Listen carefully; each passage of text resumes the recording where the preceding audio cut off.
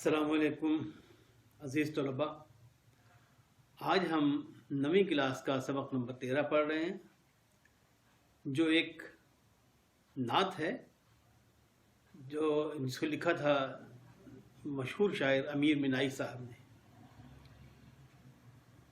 تو چلیں ہم چلتے ہیں اسکرین کی جانب تاکہ میں اسکرین میں جا کے آپ کو یہ پوری نعت پڑھ کے بھی سنا سکوں اور آج ہم اس کی مشق بھی کریں گے۔ چلتے ہیں اسکرین کی جانب۔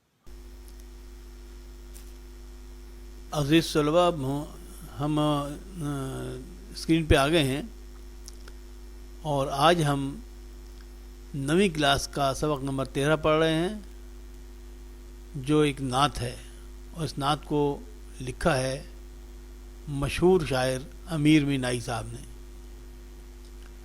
تو اس نعت کو آپ کے کورس میں شامل کرنے کے جو مقاصد ہیں وہ کیا ہیں؟ نمبر 1، طلباء کو نعت کے معنی و مفہوم اور اہمیت سے متعارف کرانا۔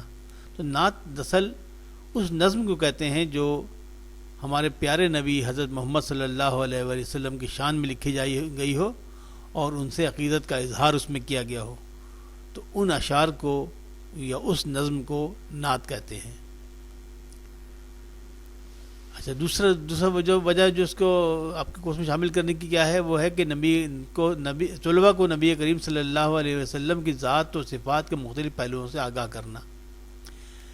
تو اب آپ کو یعنی آپ نے پہلے بھی مختلف اسباق میں پڑھا ہوگا کہ حضور صلی اللہ علیہ وسلم کی ذات وہ ذات ہے جو بے عیب ہے، یعنی جو مطلب اس میں جو معصوم ہے، مطلب اللہ تعالیٰ کے واحد یعنی مخلوق میں سے وہ مخلوق ہیں جو معصوم ہیں، جنہوں نے کوئی گناہ کبھی نہیں کیا۔ تو یہ ان کی صفات ہیں، اور وہ ظاہر ہے کہ اللہ تعالیٰ کے چونکہ اللہ تعالیٰ کے محبوب تھے، تو اس وجہ سے ہمیں ان سے محبت بھی ہے، اور ہم ان کے لیے ہر قربانی دینے کے لیے ہر مسلمان ہر وقت تیار رہتا ہے۔ اسی لیے کہا جاتا ہے کہ وہ مومن ہی نہیں جس کے دل میں حضور صلی اللہ علیہ وسلم کی محبت اپنی اولاد سے یا اپنے ماں باپ سے بھی زیادہ نہ ہو۔ یعنی اپنے حضور صلی اللہ علیہ وسلم کی ذات سے ہمیں اپنے ماں باپ سے اور اپنی اولاد سے بھی زیادہ محبت کرنی چاہیے۔ تو تیسری وجہ سے کیا ہے کہ طلباء کے دلوں میں رسول پاک صلی اللہ علیہ وسلم کی عقیدت و محبت کے جذبات کو اجاگر کرنا۔ ظاہر ہے جب آپ اپنی اگر اللہ تعالیٰ کو خوش کرنا چاہتے ہیں تو ہمیں اپنے اللہ کے جو حبیب ہے، یعنی اللہ کے محبوب حضرت محمد صلی اللہ علیہ وسلم، ان سے محبت کریں گے تو بھی اللہ کو ہم راضی کر سکیں گے۔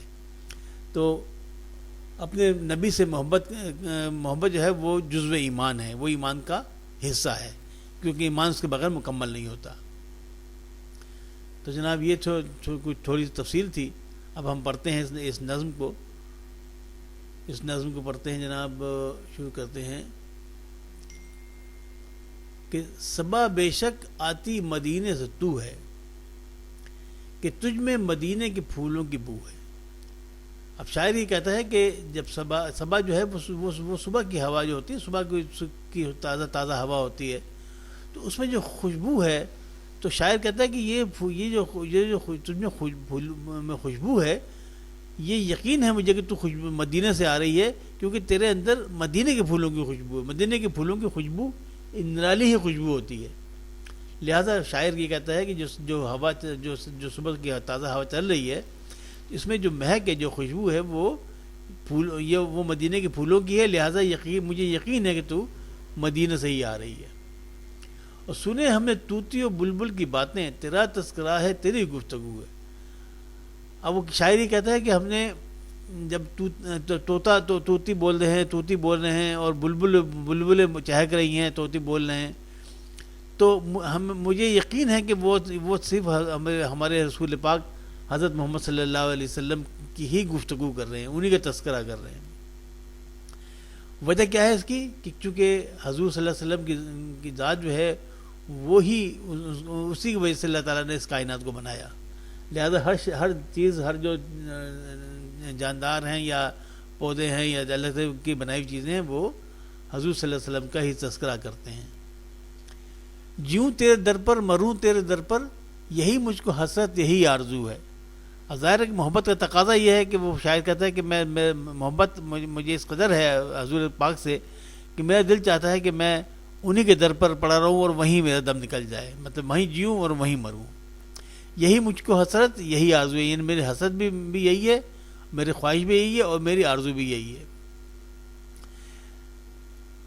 جمے جس طرف آنکھ جلوہ ہے اس کا، جو یکسو ہو دل تو وہی چار سو ہے، یعنی میں جدھر دیکھتا ہوں مجھے اپنے حضور پاک صلی اللہ علیہ وسلم کا جلوہ ہی نظر آتا ہے۔ جو یکسو ہو دل تو وہی چار سو ہے، اور جب میں یکسوئی سے دیکھتا ہوں تو مجھے ہر طرف انہی وہی نظر آتے ہیں۔ تیری راہ میں خاک ہو جاؤں مر کر، یہی میری حرمت یہی آبرو ہے، یعنی میری خواہش یہی ہے کہ میں مدینہ کی طرف مدینہ جاؤں اور مدینہ کی راہ رستے میں ہی مر کے اور خاک ہو جاؤں۔ یہاں ہے ظہور اور وہاں نور تیرا، مقام بھی تو مقام بھی تو لا مقام بھی تو ہے، یعنی یہ کہتے ہیں کہ یعنی کہا جاتا ہے کہ حضور صلی اللہ علیہ وسلم کا جو نور تھا وہ اللہ تعالیٰ نے اس کائنات سے پہلے کو بنایا تھا، لہذا وہ کہہ رہے ہیں کہ یہاں بھی نور اور یہاں بھی ظہور اور وہاں نور تیرا، یعنی یہاں بھی ظہور جب آپ ظاہر ہوئے تو یہاں بھی آپ ہی ظاہر ہوئے، اور وہاں نور تیرا اور وہاں بھی آپ ہی کا نور ہوگا۔ تو مقام بھی تو لا مقام بھی تو، مطلب ہے کہ دنیا میں بھی آپ ہی ہیں اور آخرت میں بھی آپ ہی ہوں گے۔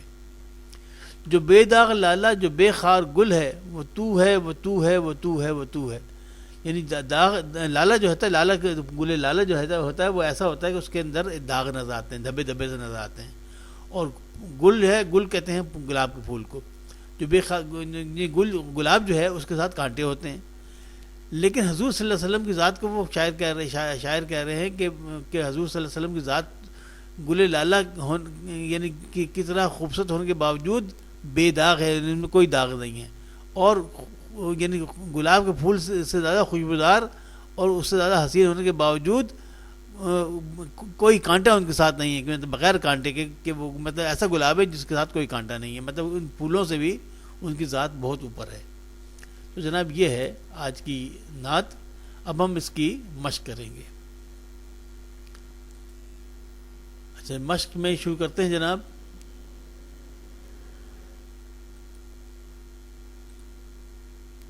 مشق ہم شروع کرتے ہیں، تھوڑا سا اس کو بڑا کر لیں تاکہ نظر آئے آپ کو صاف۔ اچھا جی، اب جناب شروع کرتے ہیں ہم مشق کو۔ یہ مشق ہے جناب آپ کی، سوال نمبر 1 ہے اس میں کہ صبا کہاں سے آتی ہے، تو چونکہ مختصر جواب دینے ہیں لہذا ہم چھوٹے چھوٹے جواب دیں گے۔ صبا کہاں سے آتی ہے، جواب ہے مدینہ سے۔ بے، پھولوں میں کس کی خوشبو ہے، جواب مدینہ کے پھولوں کی۔ جیم، شاعر کے دل میں کیا حسرت و آرزو ہے، جواب روزہ رسول پر جینے اور مرنے کی۔ دال، شاعر اپنی حرمت آبرو کی اس بات میں خیال کرتا ہے، جواب مدینہ کی راہ میں فنا ہو جانے کو۔ ہے، طوطی و بلبل کس سے ذکر کرتے ہیں، جواب رسول پاک حضرت محمد صلی اللہ علیہ وآلہ وسلم کا۔ سوال نمبر 2، اس نعت میں ردیف کیا ہے، جواب اس کا ہے کہ اس نعت کی ردیف ہے ردیف اس کو کہتے ہیں جو لفظ بار بار ہر شعر میں آئے، تو اس لیے اس میں آپ اگر پڑھیں گے تو وہ اس میں ردیف جو ہے وہ ہے۔ اچھا، اگر سوال نمبر 3، اس نعت کی قافیہ اپنی کاپی میں لکھیں، تو ہم نے آپ کے لیے لکھ دی ہے، جواب تو، بو، گفتگو، آرزو، سو، آبرو، اور بعد میں آگے بھی جو ہے وہ وہی تو کا لفظ ہے، تو مطلب ہے کہ یہ اس کے قافیے ہیں۔ سوال نمبر 4، نعت کا مرکزی خیال تحریر کریں، تو جواب ہے کہ نعت کا مرکزی خیال رسول پاک حضرت محمد صلی اللہ علیہ وسلم سے محبت کا اظہار اور مدینے میں پڑے رہنے کی آرزو ہے۔ سوال نمبر 5، لالے کے بے داغ اور گل کے بے خار ہونے سے کیا مراد ہے، تو اس کا جواب ہے کہ شاعر کہتا ہے کہ یوں تو گل لالا پر داغ ہوتے ہیں اور گلاب کے پھول کے ساتھ کانٹے ہوتے ہیں، لیکن رسول پاک حضرت محمد صلی اللہ علیہ وسلم وہ گل لالا ہیں جو بغیر کسی داغ کے ہیں، اور وہ گلاب ہے جس کے ساتھ کوئی کانٹا نہیں۔ سوال نمبر 6، کالم الف میں دیے گئے الفاظ کو کالم بے کے ساتھ الفاظ کے ساتھ ملائیں، تو یہ ہم نے ملا دی ہیں آپ کے ساتھ، آپ دیکھ لیں تمام یہ جو ڈبل تیر ہے اس سے ہم نے آپ کو واضح کر دیا کہ صبا کے ساتھ بو ہے، طوطی کے ساتھ اگر آپ دیکھیں تو یہ ہے گفتگو ہے، تذکرہ کے ساتھ تذکرہ جو ہے وہ کون کر رہی ہے؟ بلبل کر رہی ہے. جیوں کے ساتھ مروں ہے، حسرت کے ساتھ آرزو ہے، یکسو کے ساتھ چارسو ہے، حرمت کے ساتھ آبرو ہے، ظہور کے ساتھ لامکاں ہے، اور مکان کے ساتھ لامکاں ہے، اور ظہور کے ساتھ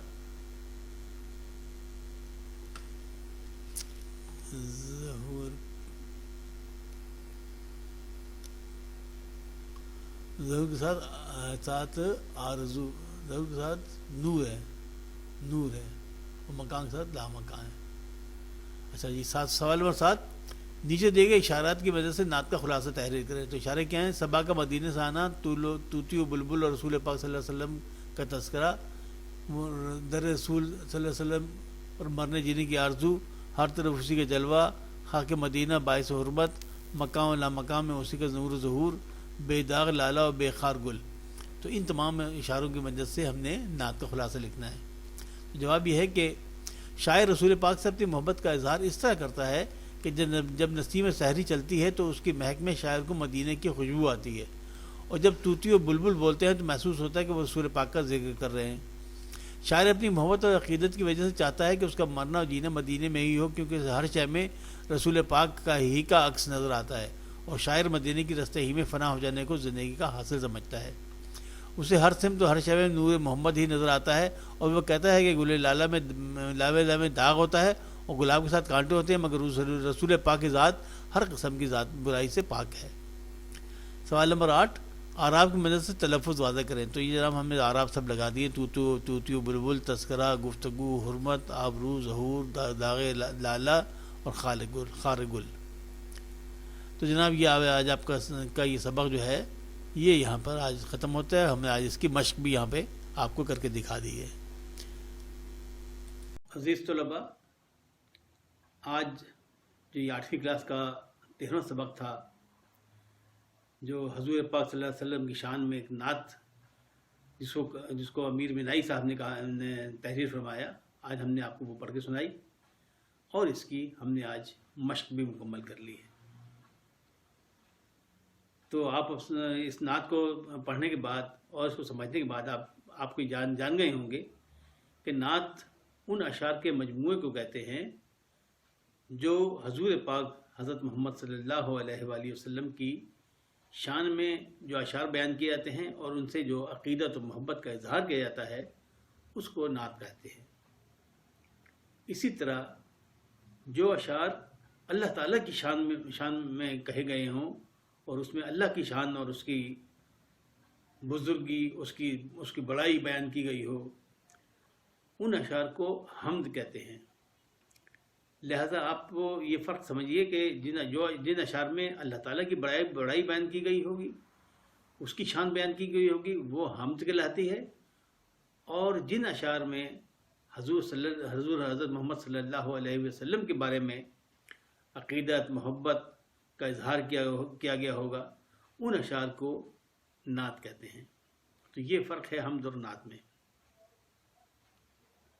تو آج آپ کا یہ سبق یہاں ختم ہوتا ہے. انشاءاللہ اگلے سبق کے لیے ہم پھر حاضر ہوں گے. جانے سے پہلے ایک وہی پرانا سوال کہ اس چینل کو سبسکرائب کر لیجئے، بیل کے آئیکن کو دبا کر آل کو سلیکٹ کر لیجئے، تاکہ آئندہ کے اسباق جو ہی میں لوڈ کروں آپ کو فوری طور پر اس کی اطلاع مل جائے. تو آئندہ تک کے لیے اجازت چاہتا ہوں. اللہ حافظ. ناصر فی امان اللہ.